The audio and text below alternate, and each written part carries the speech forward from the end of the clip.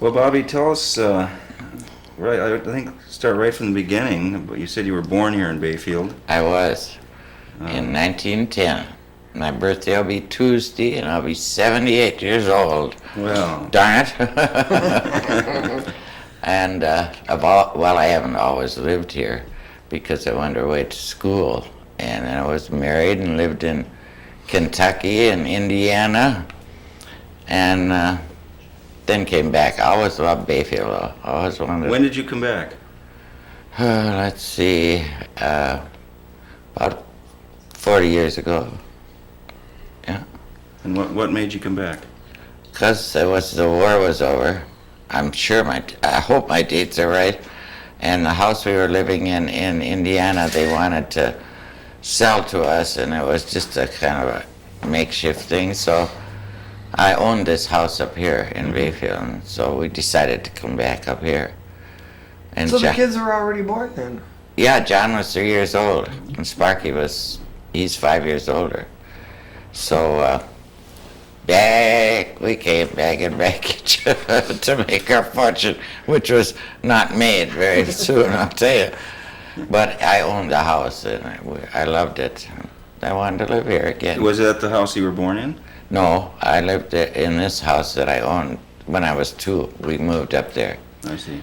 And it was just a shack that my father got for $2,500, and everybody thought he was crazy because he was moving so far out of town, about 3 blocks. And then he fixed it all up. And he was a druggist. He owned Keogh Pharmacy, and did very well because he died when I was only 9 years old. And we sold it and had made some money off of it. Where was that drugstore? What's the name of that place? It's right on the corner. It's across from or kitty corner from Stern and Fields. And it's some kind of a diving place. Oh, you mean in Track and Trail? Yeah, yeah. Oh, you mean Curry Bell's building? That's right. That's where my dad had his drugstore. That's Nelson's building now. Yeah. And so we just stayed here, and my mother decided that she was from Philadelphia, or from right outside of Philadelphia, and she decided that we should go out there. Her sisters lived there, and we would go out there, and she went to Wanamaker's and took up millinery, and I had to go to school out there, and I detested it. I couldn't understand them, and they put me back a grade in school. Finally came about April, and I said, I want to go home. Back we came, and I've been around here ever since, except when I was gone to school. I went to University of Minnesota, and then I worked in Green Bay and in Hopkinsville, Kentucky. Have you ever heard of it? Never heard of it. No. Well, this contractor that I worked for, that was during the TWA days, and he bid and got the job, and so he asked me if I would go, and I said, yes, I would. And he said, well, no white woman is safe on the street down there after dark, but I went anyway, which he was just pulling my leg. And so I was down there, and that's where I met my husband. In Kentucky? Yeah. Oh. Yeah. And I was highest paid woman in Hopkinsville. Doing $30 a week. What were you doing? Oh, everything, all the bookwork, payroll, and that was when Social Security came in, and too, that you had to deduct, and find out from they were almost all colored people that worked on the jobs, and ask them who their father was. None of them knew who they were, and they got 25 cents an hour. The good old days, as they call it. Right. So then... and what was your husband doing? Well, he had a couple farms, pretty good ones, and then we sold those and decided when he came back here, he bought a part in that garage, which he lost his money, and then he sold, what kind of scales? Some scales, and then he Was worked. that back here in Bayfield? Yeah. Well, how'd you convince him to leave Kentucky and come to Bayfield? He liked Bayfield.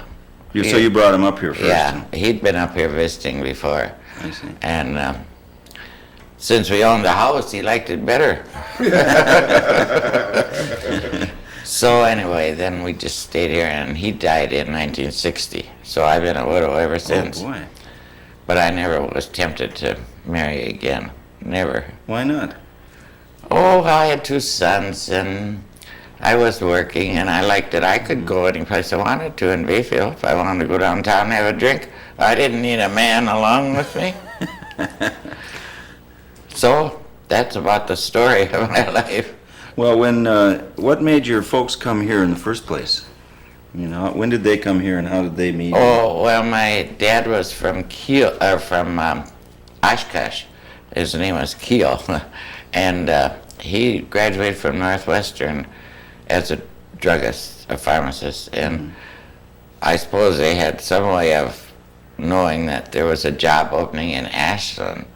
So he came up and he worked at a drugstore over there, and then heard that this one in Bayfield was for sale. So he bought it, and that's how he got here. And my mother was from Coatesville. It's a kind of a coal town or a steel town in Pennsylvania. And she was one of quite a few children. And her mother and father died of what they call galloping consumption in those days. And they tried to keep the family together, but there was no way they could. And she had an aunt out here in Bayfield. So they said they'd take 2 girls, this aunt did, and she and my Aunt Madge came out here, but Aunt Madge hated it, but my mother liked it, so she stayed, and that's how she got here. Was that aunt and uncle? Was that Robert Inglis? Yes. Okay. I thought you were the granddaughter, your grandniece. That's right, but I always called him Grandpa. Yeah. Okay, I got it now. Yeah. So that's how she got here, and as I say, my dad died when I was 9, and she did marry again, but not until I was 15. So I never had any brothers or sisters. One of those awful only children.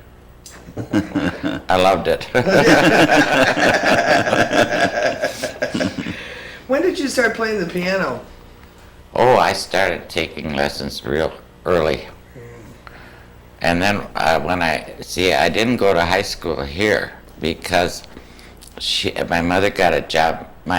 I have to go back a little bit. My godfather was the collector of internal revenue for the whole state. And he hired everybody in Bayfield during the tax time.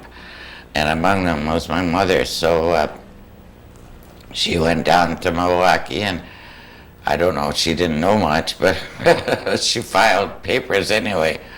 And she wanted me to go to high school down there, to Goucher, I believe is what is down there. No way would I leave here. So they had an academy at Northland then. And so I went to 4 years to the academy over there. In Northland? Northland. You mean it's part of the college there? Yeah, it was then. But of course they've discontinued it now. But used to be that a lot of little places didn't have high schools, like Muckwa and some places, so they came into Northland. It was a very strict school. No dancing, no riding in automobiles. You had to be in at 7:30 every night, bed at 10 o'clock. No wonder I was valedictorian, because there was nothing else to do but study. But it was a very good education, and they had a good music department. And I took 2 music lessons a week. I should have continued on with it, but when I got to University of Minnesota, there was too many other things to do beside piano. Well, you must have kept playing, because you can still play. I mean, Well, I could play. Ricky Tick, as we're learning to say. But anyway, that's it. I went to school and then I went to work. Well, where did your folks come from? I mean, where did their folks come from? What country? Oh, well, my dad, Keo, is from Germany. And my mother's name was Townsley, and she's all English. Right. So I'm English and German. So your great-grandparents came over, is that, or did they come over way before? Or they went, No, I don't know. I know my Well, how did Robert Inglis get here? Well, he came from Scotland, and I really don't. This fellow has written a history of him, and he came over and he joined the Navy when he was real young. Why he came, I don't know, but he did. And how he got to Bayfield, I still don't know either. But this great aunt, his wife, my great aunt Margaret, came to Bayfield to marry him from Pennsylvania on a boat. And she brought a lot of her furniture. I've got some of it, and it's just beautiful antiques. And so that's how she got here. I don't know how she met him. I suppose when he was in the war, because he was in the Civil War. And he was quite a character. But he died when I was 15. And his house, you know where his house was? It's where Bainbridges live. It's a greenhouse, green color, right across from the post office. Yeah. And it was just full of all kinds of beautiful furniture. And I could add anything I wanted in it, but at 15, who wants anything like that, you know? I took a lot of books, but then they sold the whole thing with furniture for $800. Oh dear. Those are the good old days, too. But I thought Bayfield was a great place to grow up in. We had lots of fun. We didn't ever go downtown much. Roger, see, this Roger I'm talking about is, he and his folks and my folks are real good chums, friends. And he's 6 months younger than I am, but we were together from the time we were little bitty kids. And we used to have such good times, but we just playing, you know, and sliding. No cars, no nothing to bother us. Well, who ended up the president of the bank? His dad. Okay. Yeah, Joe. And Roger's full of jokes and carries on even now and tells both Hale terrible. too. Do you know Hale? Yeah, I Holy think I know Pete. Hale better than I know Roger. The two of them are crazy. Yeah. Well, they always were. We had a good time. Yeah, I guess so. The typical Irishman, you know. Well, were you now? The stories about your great uncle Robert Inglis watching the first log go through and the last log go through the sawmill. Was that when you were around? Well, yeah, it had to have been. You were 14 when the sawmill quit too, then, or 15? Yeah, or but something. I don't really remember much. Yeah. I don't pay much attention to that. See, when I went to Northland Oh, you stayed over there a bit. at the dormitory, but I Sure. came home almost every weekend on the train, and then I stayed with Grandpa Inglis. I called him Cuzzy, and I loved it because he had a maid. That was something in those days. And then my mother, when she came back in the summertime, and so I went down there, and I wish I had listened to his stories of the Civil War more, but if I had been a boy, maybe I would have enjoyed it more. But being a girl, who cares about all that shooting? You know, that didn't interest me that much. Boys did, but not the Civil War. So we had a good time here. I suppose you've heard of the Pavilion. You know where the Pavilion is now. Down by the, Well, they used to have dances there almost every night of the week. And people from Ashland and Washburn came, and we gals would go down there, but we wouldn't go on a date because we could dance with who we wanted to then. And boy, was that fun. And of course there was no drinking, nothing like that then. Was unheard of. So that was another thing in the good old days. I can't think well, of why it. do you think that you stayed in Bayfield all this time? I mean, what is there about this place? Well, I love it. kept It's you- home, and I feel safe here. I feel secure. I don't even like to go into the city anymore. It's gotten so wild, and half the time I don't even lock my doors. I've never been bothered with any troubles up here. And also, I stayed all winter. I've been going to Florida until this last year, and I got tired of it down there too. There's too many people, and the water is lousy, and the climate isn't. It can rain and be icky down there too, so I stayed here through the snow. But it's 'cause it's home, Yeah. I'm sure. You were never tempted to move somewhere else? No way, you know. And I love my home. I love it. And I might go visit, or I could go any place I wanted to, but I really don't want to. Yeah. It seems to be a common feeling up here. Yeah, once you've lived here, Yeah. and my kids feel that, my sons feel the same way too. I'm sure when they retire, they'll probably fight over who's going to live in my house. Yeah. Although one's older than the other, so probably Sparky. But Now, how many kids do you have, and just two boys. what are their Sparky and? Yeah, it's Wallace and John. And Sparky, I believe, will be 49, and John 45. And where are they now? Mosinee, Wisconsin, and Minneapolis, Minnesota. And they come up often. So, and then John has two boys, and Sparky has these four.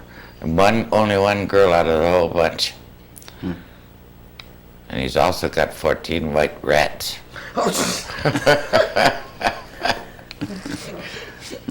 Oh dear.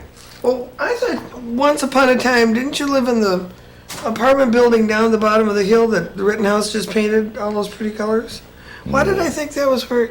No. Never, huh? Well, no, but one time, where Annette Johnson lives, Yeah. well, Senses lived there then, and I stayed there one winter, maybe because my mother was working, and or it could have even been when my father was sick, because he had cancer, and he was in New York. They took him out to New York for a while. So I stayed there, but I never lived any place except where I was born in my house now. Yeah. Did you get in on the slides down Washington Avenue or down Cooper Hill? Oh, yeah. Yeah. Sure. We could ski and all around the hills too in those days.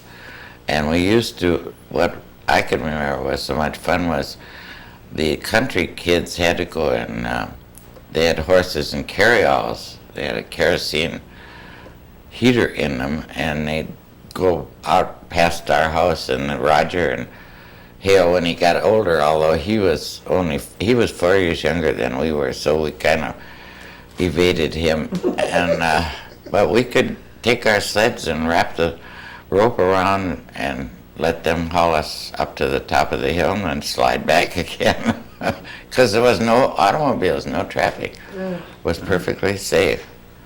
And I envied those kids in that carryall. When I think of it now, I wonder why, because we really stunk with that kerosene,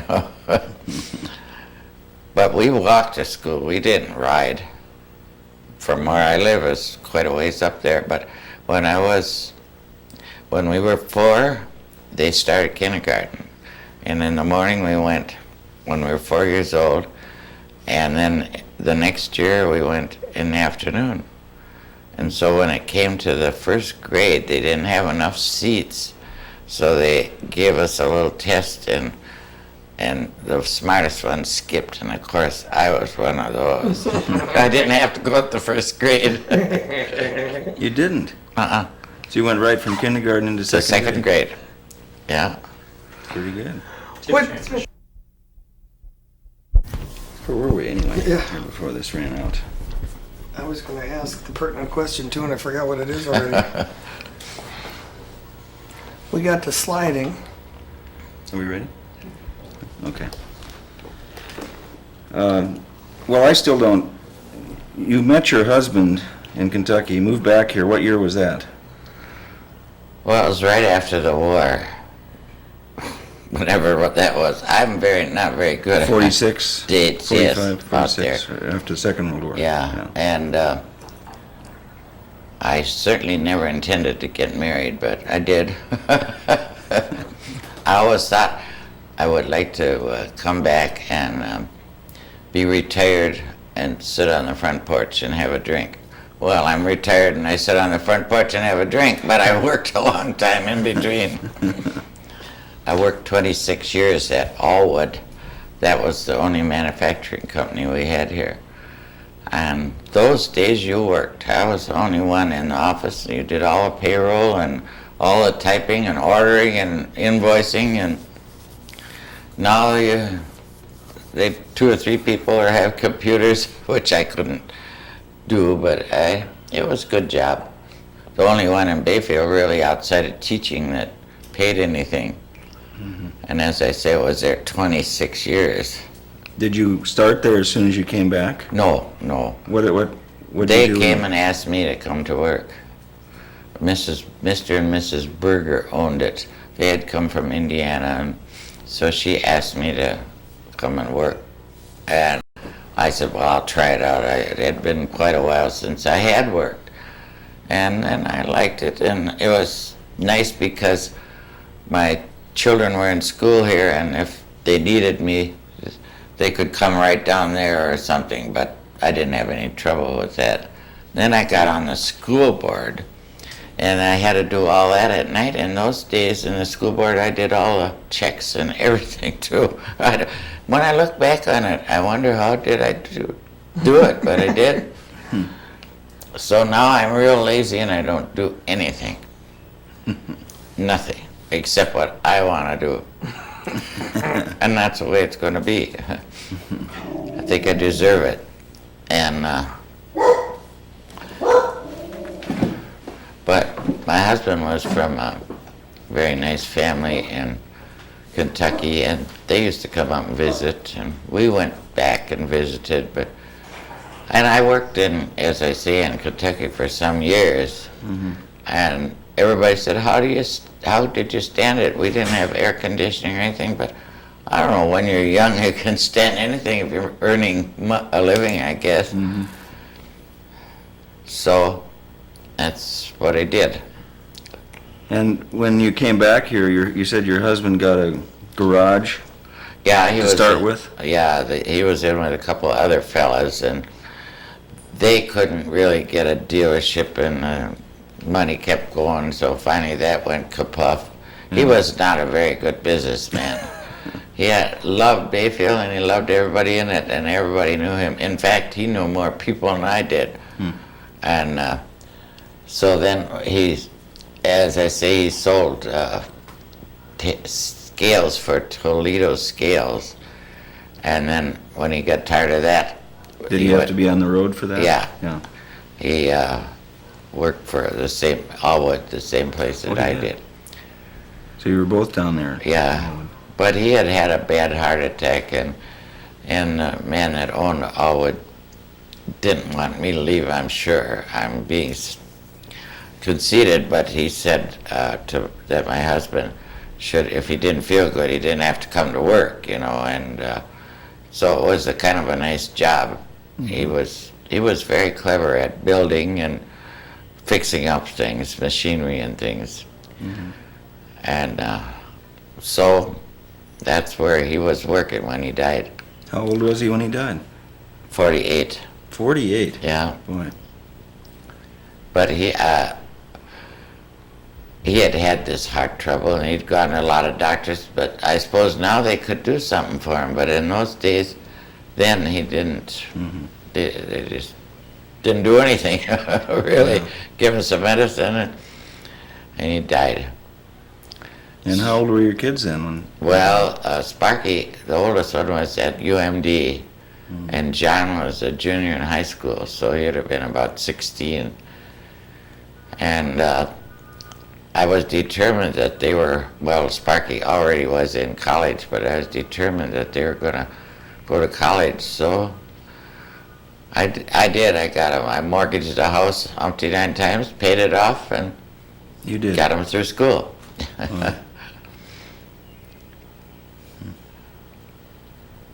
And John is a school teacher, that's the youngest one. He's taught in Mosinee. That's the only place he's taught for 20 years now. And he's a very good teacher and really likes it. And Sparky, he's not so, I don't know. He seems to make a living. He does draperies, and in Minneapolis. And he can install them and orders them and puts them up. And he seems to, they own a home and raised his kids. They seem to survive, so he must do all right. They have a nice home. It's close to Lake Calhoun, I believe. There's so many lakes down there, I don't remember them. Even if I went to Minnesota, but that's a long time ago.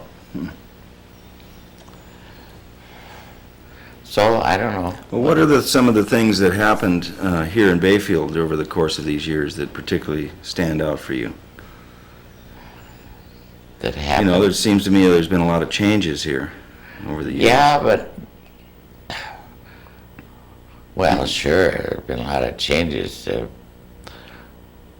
Traffic, we didn't have tourists. It used to be they were hay fever people that came just that and stayed in the hotel, and they stayed for a month or so. And there weren't as many people around, which was nice too. Sometimes we think there's too many now. But I can't think of I don't think it's changed that much as some people think it has. Of course, Yeah. Every place is bigger and there's more traffic and more people, so it's just like every place else. In the winter, we don't have to worry about it. But it's nice here then, too. And I think that there's one change, that there's so many people that we don't know. We used to know everybody, but now you don't know half of the people. Right. You go to get your mail in the post office and don't know who they are. Is that right? Yeah. And yet, well, in the winter, what's the population of Bayfield? Well, they said 757 or something like that. And that's about all, I guess. I think there's more people in Red Cliff than Bayfield now. And in the summer it grows to Oh, yeah. I don't know a couple what. thousand or something. Yeah. But, of course, in the early days, when they had the lumber mill, there were a lot more people here then. But, see, where I lived was up on that hill, and we didn't go downtown very often. Our mothers wouldn't let us. We just stayed up on the hill and played. And when we went to school, we walked to school. Of course, I only went through 8th grades. But we had a lot of fun. There was where the hardware store is now was an ice cream parlor. And one half of it, they had a piano and you could dance, and the other half was ice cream parlor. And we had a good time down there. We'd play the piano and dance. In fact, we taught most of the boys how to dance down there. That always just seems the way it is. Isn't it? Yeah. Did you play piano down in there then? Oh, yeah. Yeah. Did you ever play piano for a job or for events? Oh, or? yeah. There used to be a place, Sand Bay. Mary could tell you where it is. It's out of town, and they had a little pavilion and I don't know, we started up an orchestra. Oh, it was just terrible. The drummer would say, "What are we going to play?" I'd say, "I'm looking over a 4-leaf clover. Is that a waltz or a foxtrot?" He'd say. And then they'd take up a collection after 12 o'clock. I think we played till 12, and so that they could dance longer. They did a lot of circular 2-steps, and we'd play Turkey in the Straw, and my hands would be so stiff when I got home, but I did make $60 one summer. And then they asked us to play in the pavilion, and I never should have done it, but I did anyway. And That was embarrassing because we weren't any good. I was the only Well, one. how many was in this orchestra? How Oh, many? about 5. There was a violin and a saxophone and drums and see what other thing. I don't know, maybe a clarinet and a piano. Mm-hmm. It was really poor, really poor. But people still. Oh, they went. You know, in those days there was no radio or no TV, so people liked to dance. Mm-hmm. And now this place at Sand Bay would get tremendous crowds, and it was a terrible road out there, sandy and narrow, but I don't know, everybody seemed to make it. And so that was fun. And then we had, years ago, they had the Chautauqua here too, down in the old Opera House. I suppose John told you about that, John Beamy. No, he didn't. And it was a great big building. It was down where the Memorial Park is, next to the hotel. Mm-hmm. And it was the Women's Civic League bought it, and then they had to pay it off. So every summer, for quite a few years, they had what they called the Bayfield Frolics. And they got all home talent. They put on a hometown show for an hour, and then they had a dance. And downstairs they had all kinds of little booths, like the floating match. You paid 10 cents, you could see a match in a pail of water and stuff like that, you know. And the wild man from Borneo. They had What was that? well, that was an Indian. His name was Bostic Gordon, and he had real curly hair, and they got him kind of soused and put him in this cage and gave him some meat, and then you paid to get in and see the wild man from Borneo. Oh my God.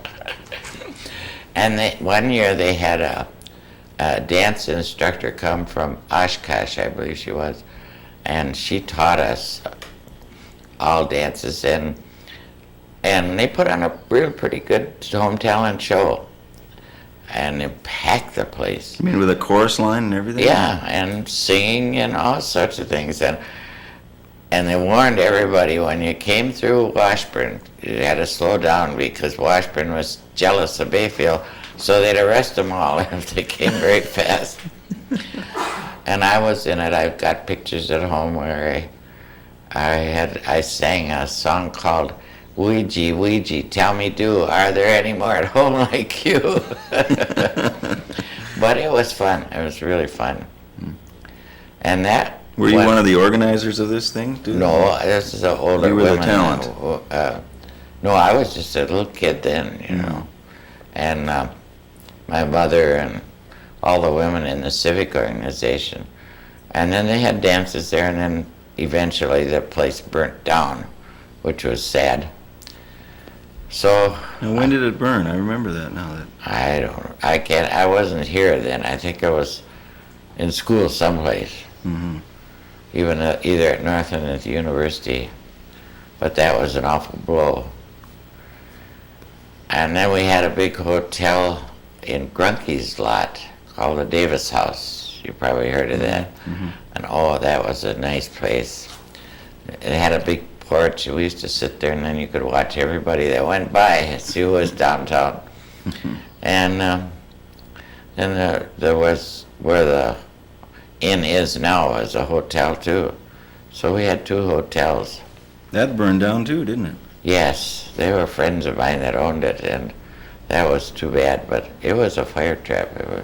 They were lucky it happened in the daytime, because it was old building and frame, you know, and they had some strange characters that lived on the 3rd floor. So, but it was too bad, because the inn that's there is nice, but it doesn't look like Bayfield. They should have built one that looked like the old one, you know. Fit in was better than a brick place. This looks like a funeral home to me. Yeah. But that's the way they let us spend their money. They did. But like I say, the stores along the main street are pretty much, there isn't too much difference. The hardware store, it used to be an ice cream parlor, but it's still essentially the same. And the one on the corner there where I think they're going to have a museum there, that's across from the hotel. That used to be, people lived up there, and I think they had a hardware store downstairs there too. So there are changes, but essentially not big ones. Well, I was sorry to see the movie theater go. Oh, I was too. It used to be down in the Rebecca Hall. Oh, was that where it used to That was where the movie theater was, and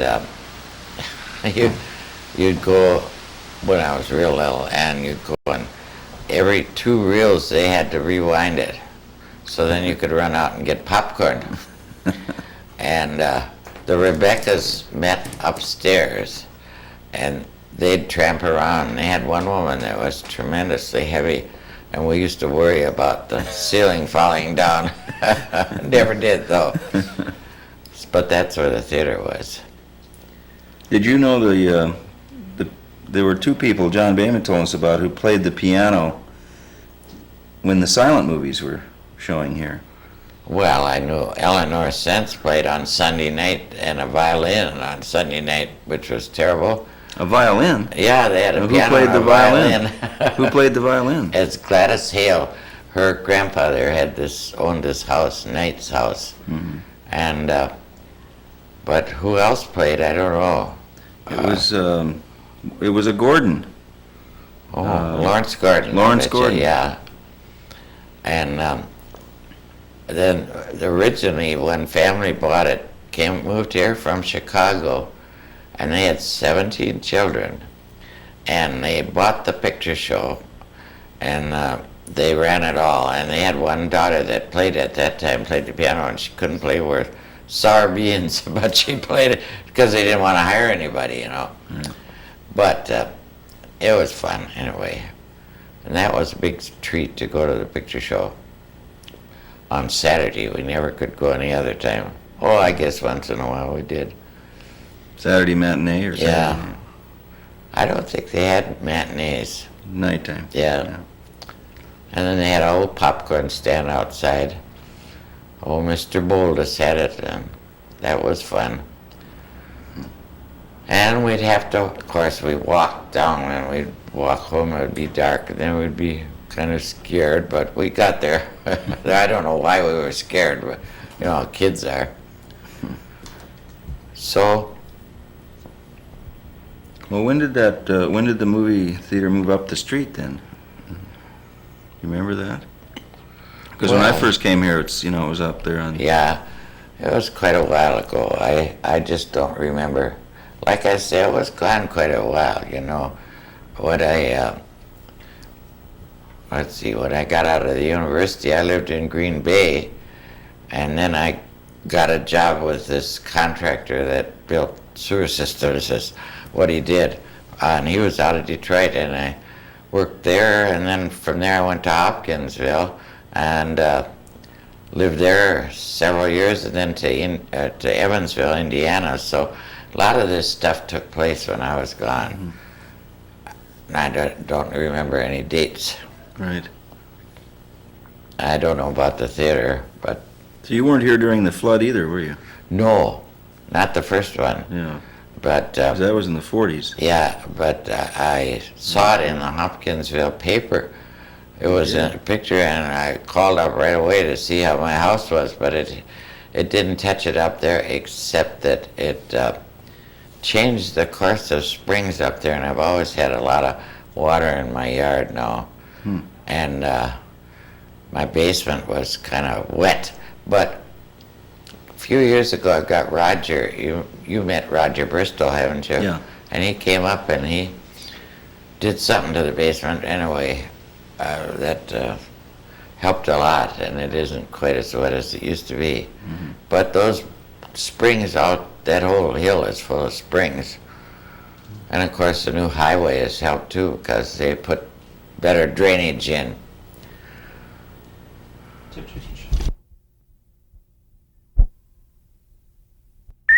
It's been in the 50s. When was it? That flood. I don't remember. suppose. Yeah. It would have been, I think wasn't the other one in 41?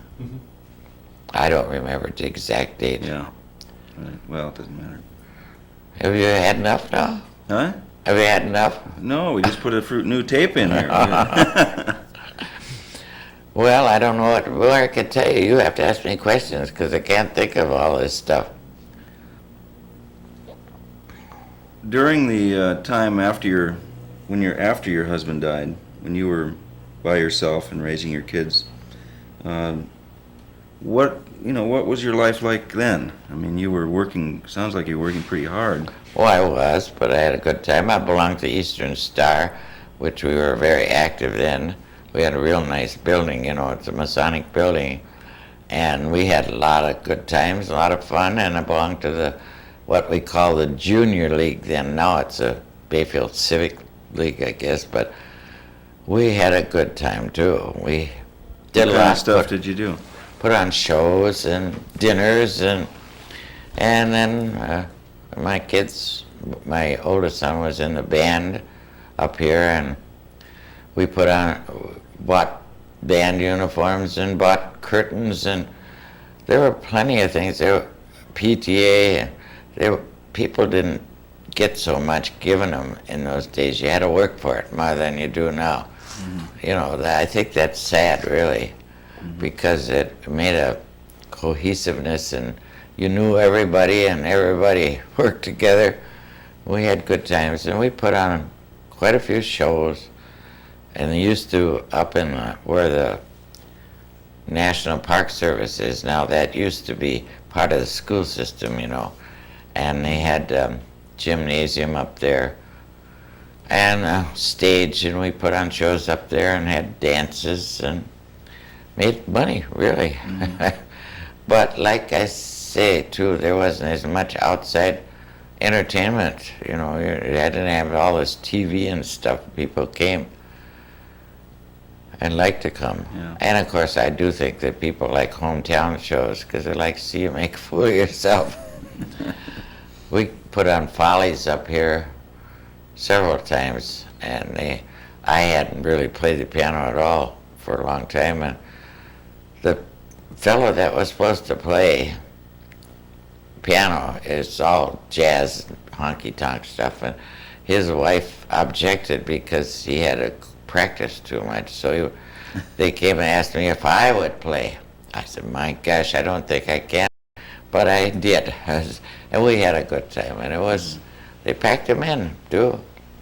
It was terrible, really. Although they did tape it, and Garner Hadlin did. And I don't know if you can buy them or not, but it's fun, to see it. So it's on videotape? Uh-huh. Or sound tape? Videotape? Yeah, and sound. Oh.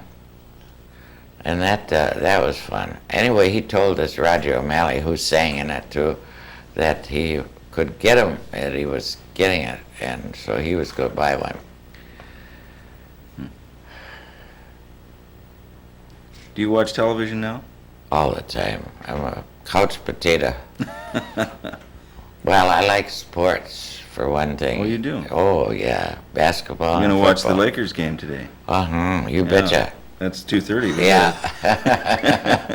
Yeah, I followed that all along. Well, who are you for? Pistons. Yeah, me too. Oh, boy. And I like football, professional. And I like college basketball real well, too. In fact, I like all sports except hockey because we never had any hockey around here. I don't know anything about it. Although I went to a few games at the university, but I wasn't too enamored. And when I went to Minnesota was when Bronco Nagurski was in his prime. I even went to a banquet with him once. You did? Yeah, he was a real star, Yeah. wasn't he? He ended up in the NFL, didn't he? Yeah, he played for the Bears. Played for the Bears. Yeah. Well, who's your football team? I mean, do you... Well, right now I really don't have any.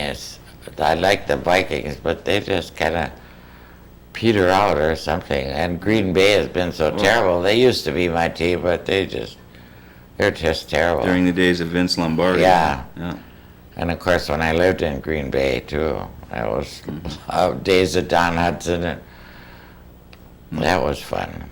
And Curly Lambeau was the coach then. And those are good teams, but there's too many of them now. I think too many, and now they're talking about more. I know. It's ridiculous. Yeah. And the names of these teams are getting more ridiculous. Yeah, right. I tell you. Yeah, I don't see how they can support them all, but they seem to.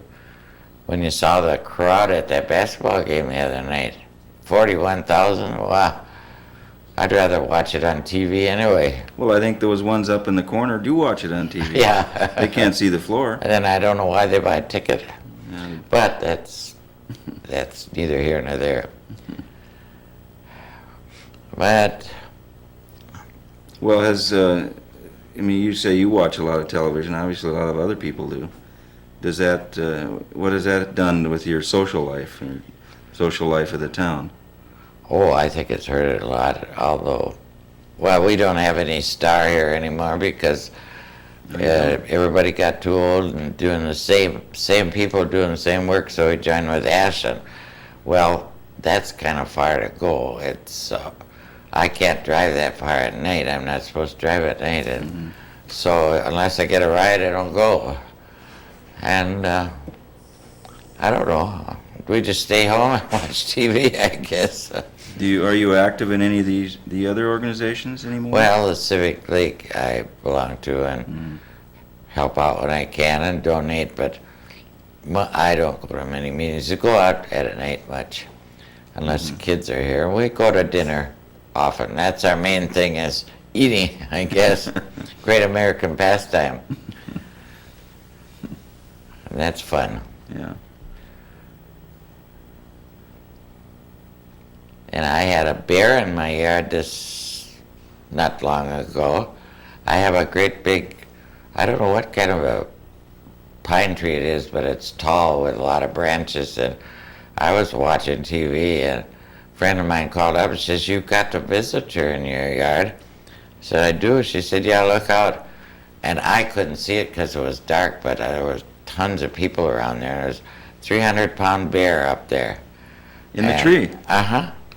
He climbed up there, they said, in about 2 jumps, and then finally the game warden came and told everybody to leave, and that he would go down, get away, then he'd come down if everybody leaves. So he did. And at 11 o'clock, they said he came down out of the tree. My bear, I was telling about my bear.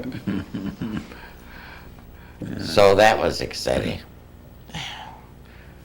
Believe me, I looked around the next morning when I went out too. I don't want to meet a bear. But we've had them up there before. They come up out of the ravine, I'm sure. You're close to the ravine too. Are there any deer that come by too? I have had one that ran up the alley one year, but not many. They don't come into town. Had skunks, lots of skunks, and muskrats.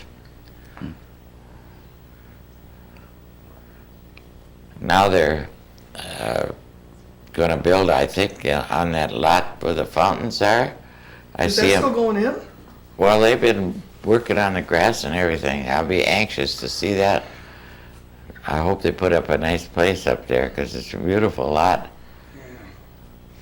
There's quite a bit of building going around, although there's tons of houses for sale too.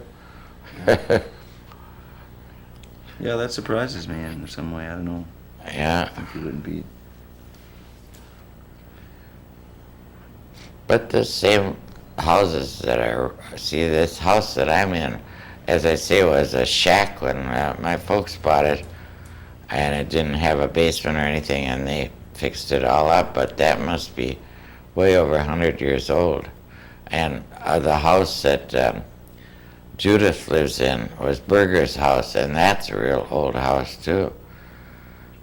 And a lot of them are real old, but they've been kept up nice. So it's an event when a new house is built. Usually everyone has an opinion about it too, don't they? Oh, absolutely. We don't like it or we do like it. Everybody has an opinion one way or the other in Bayfield anyway. That's what makes it fun. Did you ever get active in politics here at all? No way. How come? Except on the school board, but then I just got reelected all the time until I quit finally. Well, I just was too busy, I guess. Just too busy. And I did belong to the Republican Party, but I sent them the money and go to their picnics or auctions or stuff, but I'm not active, what I'd call active. I really don't care too much. But my husband was a Republican too, which was unheard of in Kentucky. And when my oldest son was born, the doctor said, just another damn Durham that can't change his name, because they were all Democrats down there, you know. They didn't like see any more Republicans being born. I'm sure it's changed now. But where I live, there were 2 houses next to me,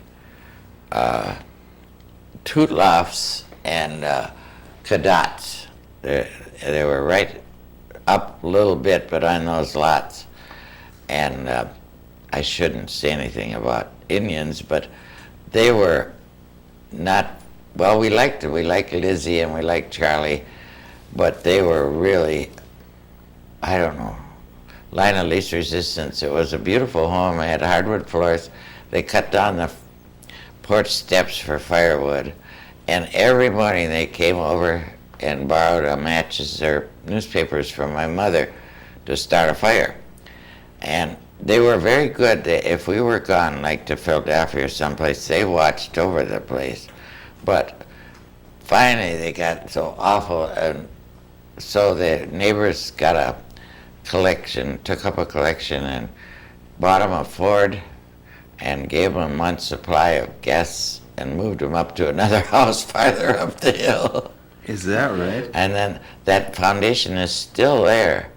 And Tootlofts was torn down long before that. But gee, I'd like to buy that lot, but that Moody wants too much money for it. And with this foundation, it would take a ton of work to clean it up. Because then I could have a whole block. On Wing Avenue. Yes, yes, indeed. Sounds great, doesn't it? Yeah. Durham of Wing. Yeah. But maybe somebody, I hear he's moved to California. Oh, really? That's what Millie said. Well, anyway, there still is a park called Dalrymple Park, but, and it was there when we were kids, when Roger and there was Elton Bassett and Paul Erickson and myself. I always played with boys because there wasn't any girls in the neighborhood, so I was a tomboy. And we used to go out there, and there was a round spring with bubbly. You've seen those bubbly springs. Oh, we thought that was wonderful. We'd stick our face in there every day, you know, we'd go out there. And I looked more like a boy. The other boys, they all had curly hair, and I never had curly hair. And another thing I remember, on Sundays, my mother would not let me go swimming because you just didn't do that. You could go for a walk. You went to Sunday school and go for a walk, but not swimming. Well, why not? Well, it just wasn't done, that's all. And another thing I wanted a bicycle so bad. She bought me almost everything I wanted, but no bicycle, because it wasn't ladylike. So as a result, I rode Roger's bicycle all the time anyway. And then when I got married, my husband and I bought bicycles. And boy, that was great. When I came up here, I had the bicycles, but it's too hard to ride up here with all these hills. Where we lived in Hopkinsville was real, you know, just even, no hills. So anyway, I got a bicycle finally, but I was pretty old.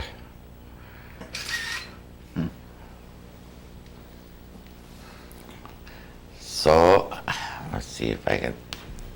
one of my favorite in the ice cream parlor, Riders owned it. And boy, when we could go there and get ice cream, people just didn't have money to buy ice cream like you do now, but my godfather would take me there because I could get an angel's nest. And that was ice cream with a lot of whipped cream and a cherry on top. Oh, my. Oh boy, did we ever think that was great. Well, that's a new one. Angel's nest. Was very good. But when you see all the stuff that the kids eat and drink now, we didn't have it. My mother made raspberry shrub. And we was made that? root beer. What was raspberry? It was just raspberries, and it was real concentrated, and you put it in a bottle, and then when you want to drink it, you put some water with it, and some, I suppose, sugar, I don't know. But, Did you ever use soda water in it, or was it just straight water? yeah, just soda, and Yeah. then we used to also make vinegar sodas. Because if we didn't have anything like that, we'd just use vinegar and soda, Yeah, soda. and then stirred it up and it fizzed and we drank it. We thought that was great. The people across the alley from me, name was Sexton, and he was the lighthouse keeper on Long Island. And they had a bunch of kids. Of course, I was the only one, so Ethel and I were about the same age, and we were chums. We were together all the time. And I would stay over there a lot of times. I don't know where we all slept. There were so many of them, but we'd pile in the beds, you know. But one of the oldest girls, took care of me a lot because my mother worked downtown, too, at the Red Front store. And so Gert took care of me, and they'd go to Long Island, and he had an open boat. And so I'd sometimes spend a month over there on Long Island, and it was fun. All we had to do was swim and lay in the sand, and if water was cold on one side of the island, you went to the other side. And they had a little walk from one end, from the red light to the white light, and then run up and down that walk. Lots of blueberries and other berries. Was Sandcut really a sandcut in those days? I mean, did you walk from one end of the island to the other? Yeah. And then the ore boats would go by so close because of that channel. We'd wave at them, and we thought that was fun. It was great. And I don't know, they talk about the sun now. I think we were in the sun all the time. I was black as anything. But maybe I was lucky, too. Oh, we hadn't eaten up the ozone layer then. I guess not. It wasn't so bad.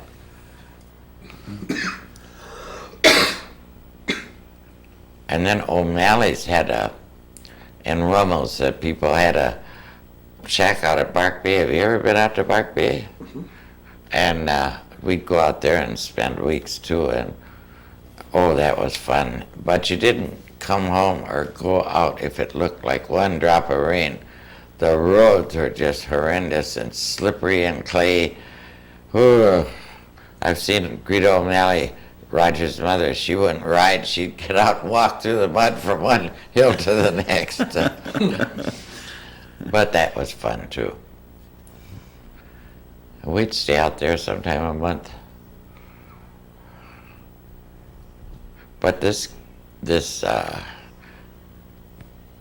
Virginia Southmaid and Dorothy Bruin and Babe Walksmith and Irene Walksmith and Gladys Nelson. And I can't remember, we had a club we called the Moots. And The what? Moots, M-O-O-T-S. And we had a meeting place downstairs over where Virginia lived. And we wouldn't let any boys in there, but we had a cook stove and some wood, and we could go down there and make up booyah or something, you know. And we all belonged to the Sunday school over at the Presbyterian Church. Our name of our Sunday school class was the Scatter Sunshine class. And we had the same teacher all the way through to 8th grade, through 8th grade. Dorothy and I was asking her about it today, and she said, I said, do you remember all that? And she said, I sure do. She said, boy, she'd tell us some wild stories about harlots and these awful people, and just piqued our curiosity. We didn't have the slightest idea what she was talking about, but it sounded like fun anyway. So we had a good time, and we met like a business thing too. And then I taught Sunday school for 10 years too. What a job. She'll remember. Virginia will remember more about the locksmiths because her father worked in the sawmills. Mm-hmm. And but it seems to me, I was thinking last night, trying to think of some of these old things. It seems to me way back when there was more of a division of society than there is now. There were certain people that you didn't associate with, and your mothers wouldn't let you associate with. Then now it's conglomeration, you know.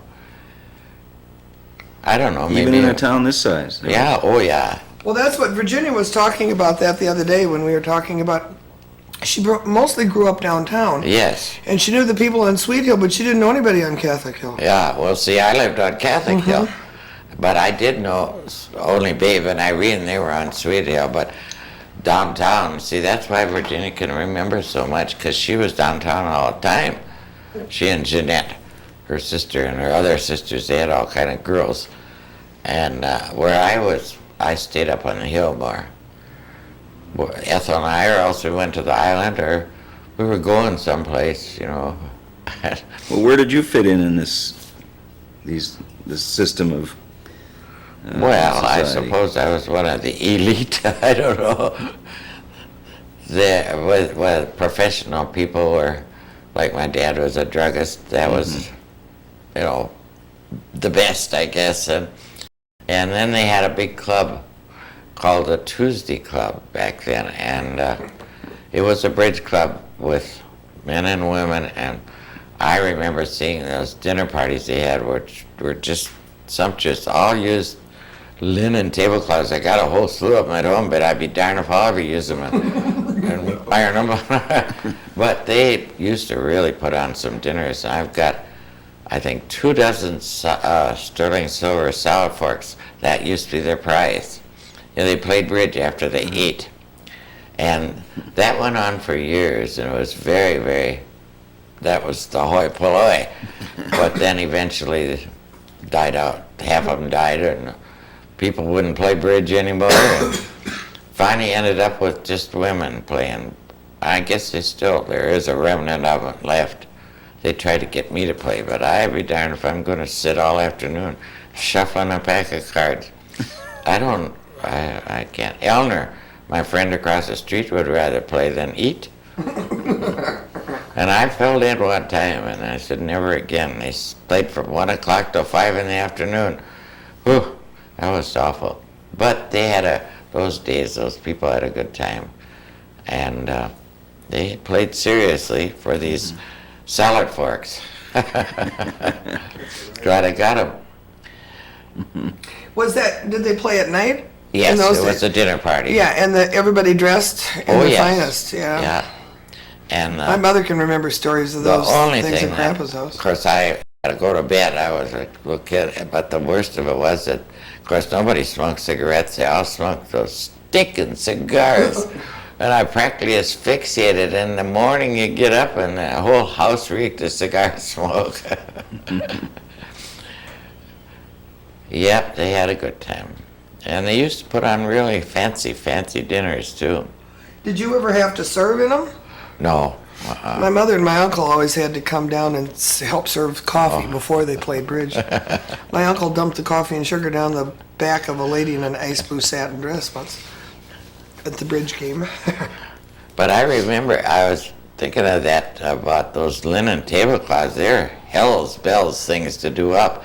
But there was a man that lived up here called Francis Richards that used to do them. I had a cart, and I'd have to go after the washing. He did the washing and ironing too, if you can imagine it. Yeah. Oh dear. So I gave Connie, my daughter-in-law, I said, here, have some linen tablecloth, and I'll give Peggy some too, because I don't want those things. Too hard to do up. The Iron Bridge was a big factor in Yeah. the town at that Yeah. point, wasn't it? Yeah, I'm glad they're going to restore it. What do you mean the Iron Bridge was a big factor? Well, we all went over that to get to school, and you drove over it, and it was, Well, when was that built?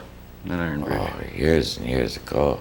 It's always been there as long as I can Well, there's remember. always been a bridge Bridge there. there. I think this one is pushing 100, but I'm not Yeah. positive. There used to be a wooden one before that. And there used to be a bridge down across from Phillips, too, from Rittenhouse. There's a bridge. Yeah, I think that's where the fencing that we've got in our yard right Oh. now, I think, is the fencing that was on that bridge. And where my house is, I've got a picture someplace, and that was a ravine, too, because it's all filled in. So, and we had wooden sidewalks, and everybody drove their cows to pasture, and I was deathly afraid of cows. I wouldn't even go to school. My mother would get so mad at me because I wouldn't go till those cows got by. Did you have a fence around your yard too to keep the cows out? No. No, because of that, they couldn't mow the terrace if there was a fence up there. Had to mow the terrace. So anyway, we had fun. It was great growing up here, and I'm glad I did. So you're not about to leave? No, not until they cart me up to Greenwood. I'm not going to leave. Did you spend any time on the lake? Did you go out on boats and sailing? And I never any of that? sailed, but I went out on Hale O'Malley had a boat. We used to go fishing a lot. And Of course, I went to Long Island. I went on a boat, and Hale always had boats. You know, he was such a good friend of mine, and boats never fazed me. I went out to Sand Island and came back though one time on a boat with Carl Dolan. Oh, that was awful. Even Sharon was afraid, but I wasn't. I thought, oh, what the heck, you know. And everybody, when we got to shore, people said, oh, and they had a baby with them. That was Linda and Carl's baby. But you never know on this lake what's going to happen. It can happen fast. No, I like boats. I like big boats. I don't think I'd care to sail too much work. Boy, you got to be young for that. Or crazy or bold. Yeah, I like the power boats. And we did a lot of swimming. We never had any lifeguards down at Booth. We used to be Booth stock down there. Gee, we were down there all day. Nobody ever drowned, or we ran our feet into a lot of nails, but no such thing as tetanus shots. You just put some peroxide on it and kept on going.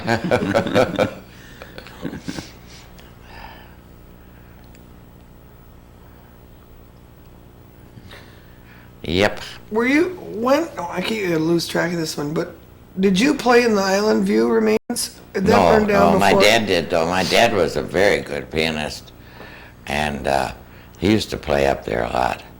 He played a lot of ragtime, and he said I can remember him, just not too much because he was sick a couple of years before he died. But he bought me a little toy piano, and I used to play along with him. And he told my mother, he said, "Don't waste too much money on her piano lessons. She'll never be real good," which I never was. But he played with the Chicago Opera House too, I think, when he was going to college at Northwestern. And so I would like to. I wish he could have lived so I could have heard him more. But I know he played in that Island View Hotel for dances. That was quite a place. But I don't. It was torn down, and so I just saw it in pictures. A lot of that stuff I remember from my mother telling me. I don't know if it's so or not. Do you still play the piano? Oh yeah, occasionally, but not very often. I'm lazy. Well, we're gonna have that band one of these days. You and Played at home? Or? Yeah, I have a piano at home. I mean, you and Myrtle and Yeah, but if Hale and Roger come, then Yep. because that's who I can play with. But you gotta have what I want to say, stimulus. You gotta have somebody around that wants to hear you play. I don't want to hear myself particularly.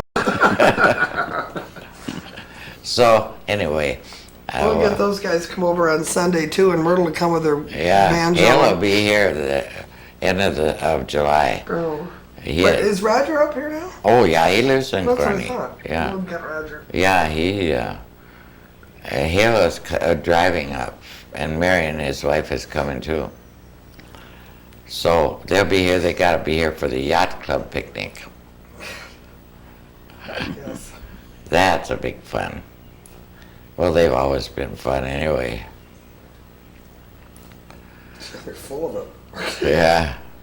When I first started to meet him, I really didn't know whether to take him seriously. I mean, I was dumbfounded by these two guys. Got a pair of characters, and every word that comes out of Yeah. their mouth is some wonderful joke, but you sort of don't know what to do with it when you're young and don't really know them very well. I'm glad. Well, they've sure had a good time in their life, I'll tell you that. And I've had a good time when I've been with them too. Because what the heck, you might as well live her up. And Hale, of course, lives in Phoenix. He keeps wanting me to come down there. I might go down there this winter, but I hate to fly. You got to go through Denver, and there half the time the snowed in, or you circle and circle. So we'll see. But they're very good musicians and sing very. Used to sing real good. I haven't heard them lately, but yeah, I like to play. I used to play piano for Sunday school too. John Green says, "Don't tell my wife that; she'll get you down here playing." And I said, "No, I'm not going to about to start at my age now." He's really good, though. He's so good with the children. Special guy. Wonderful. So do you consider yourself in retirement? Oh yeah, I sure am. I've been since I left Allwood. I was glad to get out. They didn't want me to go, and I didn't go till they sold it. And How old were you when you quit working there? I don't know. Oh, let's see. It must have been 58 or so. Maybe, I don't know. Has it been 20 years ago? Gee, time goes so fast, I suppose. Because when they sold it, when Jacobson sold it, it's when I quit then. And then Perry, or this other gal, went to work. Yeah, I gave my son my typewriter, and I have never typed a letter since. And I said, I never will either. I didn't. 26 years of it was enough. Oh, dear.